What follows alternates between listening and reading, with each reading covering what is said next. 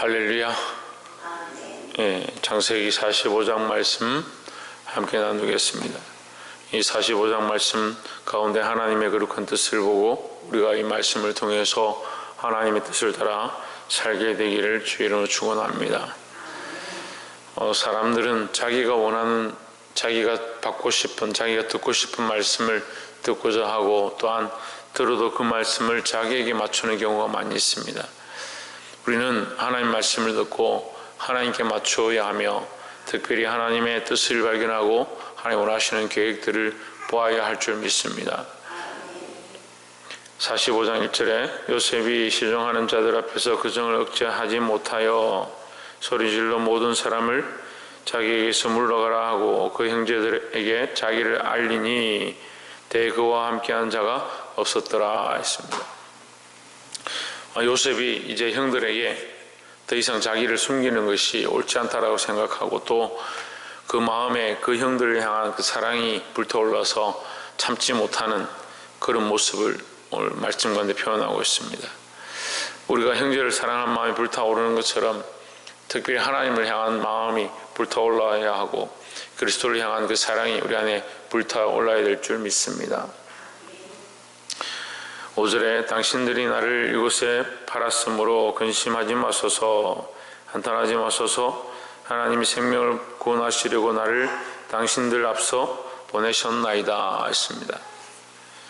자, 요셉은 이 모든 일어난 일들을 인간적으로 판단하지 않습니다. 사람들은 모든 문제와 상황들 가운데 인간적으로 판단하고 인간적으로 결정하고, 그래서 사람들이 왜 이렇게 할까, 인간들은 다 왜 이럴까, 그런 마음들을 가집니다. 제일 억울하고 제일 속상하고 제일 비참한 것은 요셉의 모습입니다. 하지만 요셉은 원망하지 않고 이것이 하나님께서 행하신 일이다, 하나님께서 하셨다라고 인정하는 겁니다. 우리가 힘들고 어렵고 잘못되어진 것들을 하나님 하셨다, 그렇게 인정하기 어렵습니다. 근데 우리가 망했고 잘못되어져도 하나님 우리를 이렇게 하셨구나 라고 인정하는 것이 원망의 말이 아니고 하나님의 역사하심을 인정하는 겁니다.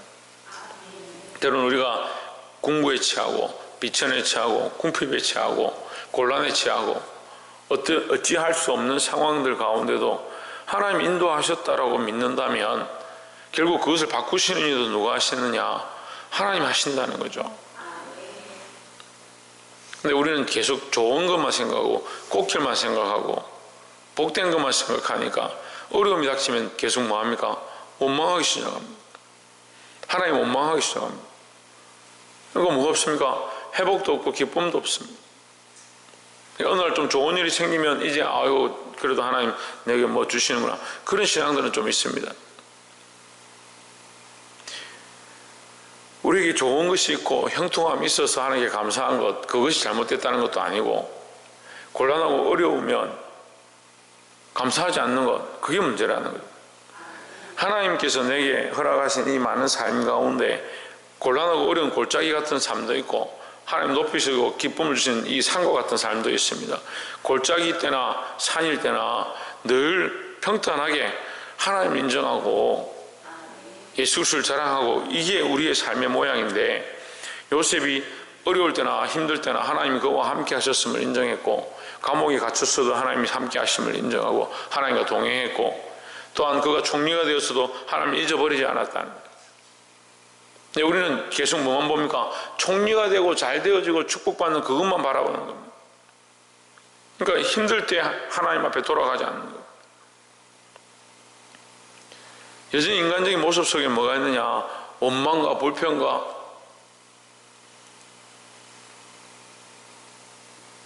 다른 사람들에게 책임을 전가하고 하나님을 인정하지 않는 그런 연약한 모습들 속에 산다는 거죠.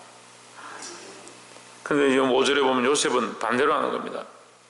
어렵고 힘들어도 그때 하나님 함께 하셨고, 당신들이 나에게 이렇게 했지만 그것은 하나님께서 나를 이곳에 보내시고자 하는 계획들이다. 결국 누구를 인정하는 겁니까? 하나님을 인정하는 겁니다. 6절에 이 땅에 2년 동안 흉년이 들었으니, 서나 아직 5년은 기경도 못하고 추수도 못할지라 7절에 하나님이 큰 구원으로 당신의 생명을 보존하고 당신들의 후손을 세상에 두시려고 나를 당신들 앞서 보내셨나이다 했습니다. 자, 5절에도 보면 하나님이 생명을 구원하시고 하나님이 하셨다. 7절에도 하나님이 큰 구원으로 당신들의 생명을 보존하고 했습니다. 하나님이 하셨다는 거예요. 내가 형들을 지금 명령해서 죽일 수도 있는데 여기 깔려있는 말은 이 말이에요. 내가 당장 당신들을 감옥에 가둘 수도 있는데 하나님이 당신들을 보존하시고 하나님이 당신들을 이곳에 보내신 것, 나를 보낸 것도 하나님 하셨고 당신들을 여기 보내서 만나게 한 것도 하나님 하셨고, 그러니까 하나님 하셨는데 내가 어떻게 당신들을 치겠습니까? 하는 거죠.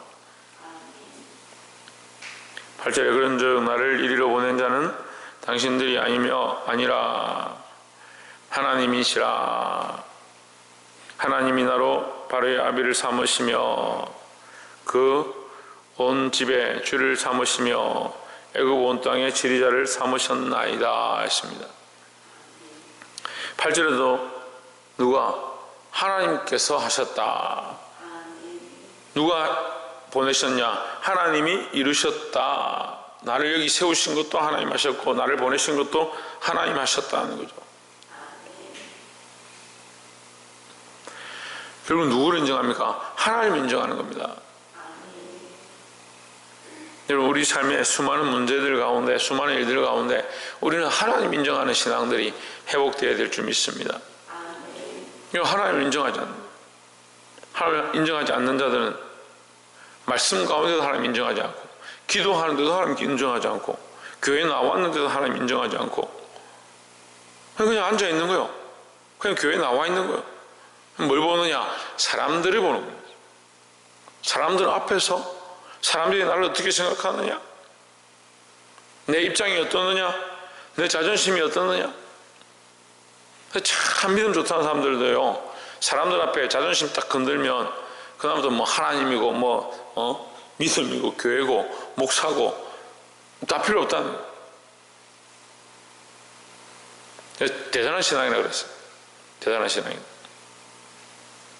하나님을 가장 두려워하고 하나님 중심적으로 살아가야 되는데 자기 자존심이 가장 중요하다 생각하고, 근데 지금 사회가 그렇고 교회 공동체가 그렇고 다른 교회도 그렇고 당연히 그렇게 자기 자존심을 건드는 거 그런 게 어딨냐? 그렇게 하면 안 되지.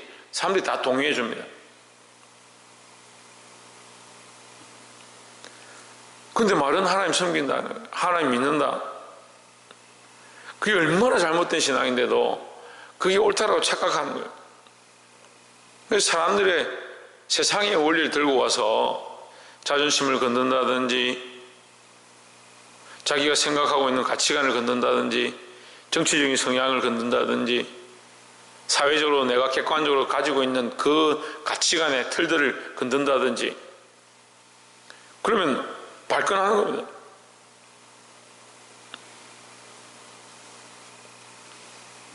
제 주변에도 정치적인 성향들을 가지고 저에게 접근하는 사람들이 많이 있습니다. 선거철이 되지 않아도 저에게 연락을 하고 이렇게 하는 사람들이 많이 있습니다. 저는 속으로 그렇게 생각합니다. 저에게 인정받으려고 하지 말고 하나님께 인정받으면 좋을 건데 왜 자꾸 사람들에게 인정을 받으려고 하느냐. 제가 그냥 하는 말이 아니에요. 여러분, 하나님, 요셉이 총리인데요, 여기 지금 바로의 온 집안의 주를 삼으셨다. 그럼 자기보다 높은 자가 아무도 없는 거예요. 자기 마음대로 하는 거예요. 자기가 결정한 데 다 되고 자기가 말하는 데 다 되는 거예요. 근데 요셉이 어떻게 합니까? 엎드립니다. 당신들이 한 것이 아니라 하나님께서 하셨습니다.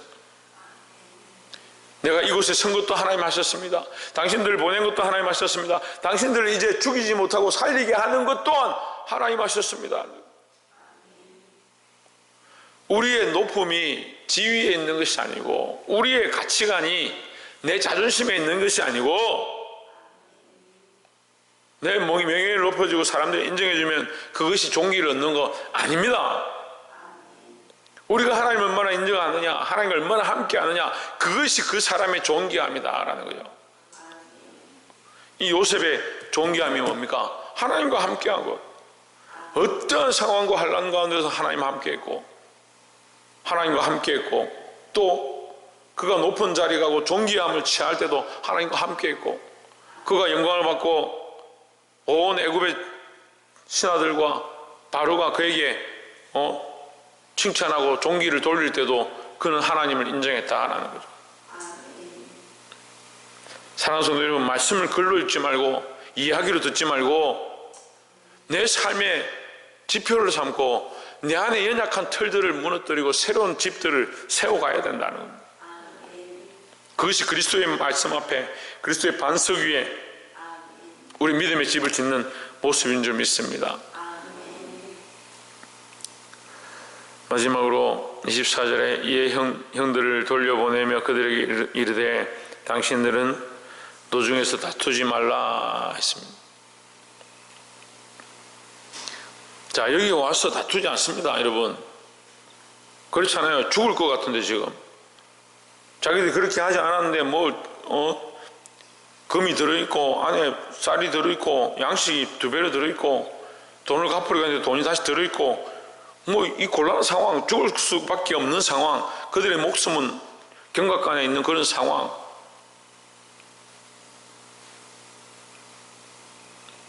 근데 요셉 앞에 왔는데 요셉이 하나님께서 당신들을 살리셨습니다. 하나님께서 나를 여기에 당신들은 팔았지만 하나님 나를 이렇게 하셨습니다. 하나님 지금 나를 더 존귀케 하셨습니다. 하나님 인정하고,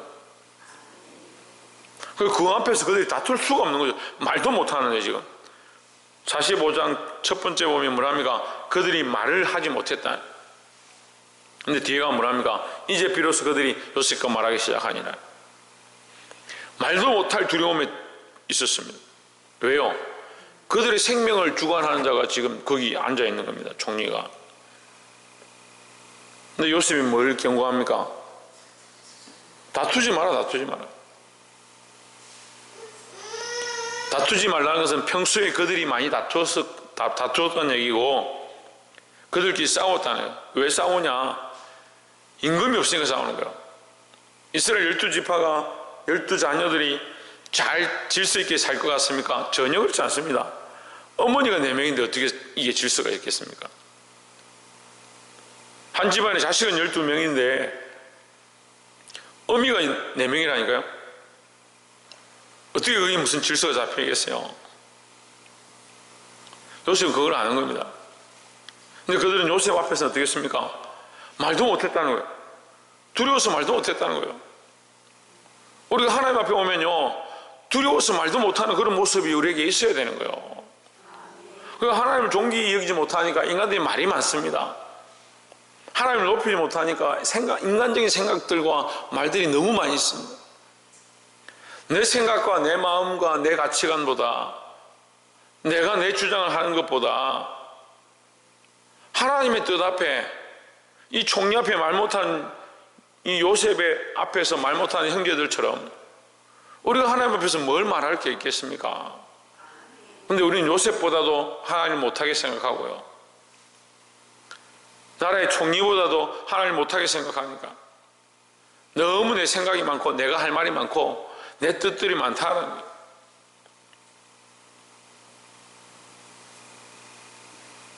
하나님의 왕이 되시고 하나님 높아지면 다툼이 사라지고 그 뜻을 쫓아가게 되어 있습니다. 사랑하는 성도 여러분, 사람들이 원하는 뜻을 쫓아가지 말고 하나님 원하는 뜻을 쫓아가기를 주의 이름으로 축원합니다. 27절에 그들이 또 요셉이 자기들에게 부탁한 모든 말로 그 아비에게 고하매 그 아비 야곱이 요셉이 자기를 태우려고 보낸 수레를 보고야 기운이 소생한지라. 28절 이스라엘이 이르되 조카도 내 아들 요셉이 지금까지 살았으니 내가 죽기 전에 가서 그를 보리라 했습니다. 이게 기쁜 소식이죠. 죽었던 자가 살아났다. 우리가 예수 그리스도를 믿고 구원의 은혜를 입었습니다. 우리가 죽을 수밖에 없는 소망 가운데 그리스도로 말미암아 생명을 얻었습니다. 그럼 우리도 이 기쁜 소식을 전하는 자들이 되어야 합니다. 죽었다 살아난 것만큼 기쁜 소식이 어디 있습니까? 우리가 이 기쁜 소식, 우리가 죽었다 살아났고 그리스도께서 죽으셨다가 부활하셨고 우리의 믿음의 선조들이 죽었지만 결국 하나님 나라에서 다시 살아나고 영원한 소망을 가질 것이다 라고 하는 것, 그것을 또한 우리가 소망으로 가지고 있습니다. 이것보다 기쁜 소식이 어디 있습니까? 우리가 달려가서 이 소식을 전해야 될 줄 믿습니다. 사랑하는 성도 여러분, 많은 사람들이 세상의 소망을 바라보고 세상이 주인 되어져가는 이 악한 시대 가운데 세상이 주인이 아니라, 세상의 소식이 주인이 아니라, 세상의 가치관이 주인이 아니라 하나님 우리 안에 주인 되시는, 그래서 하나님 우리에게 소망이 되어지고 하나님 나라를 바라볼 수 있는 저와 여러분 되시기를 주의 이름으로 축원합니다. 기도하겠습니다.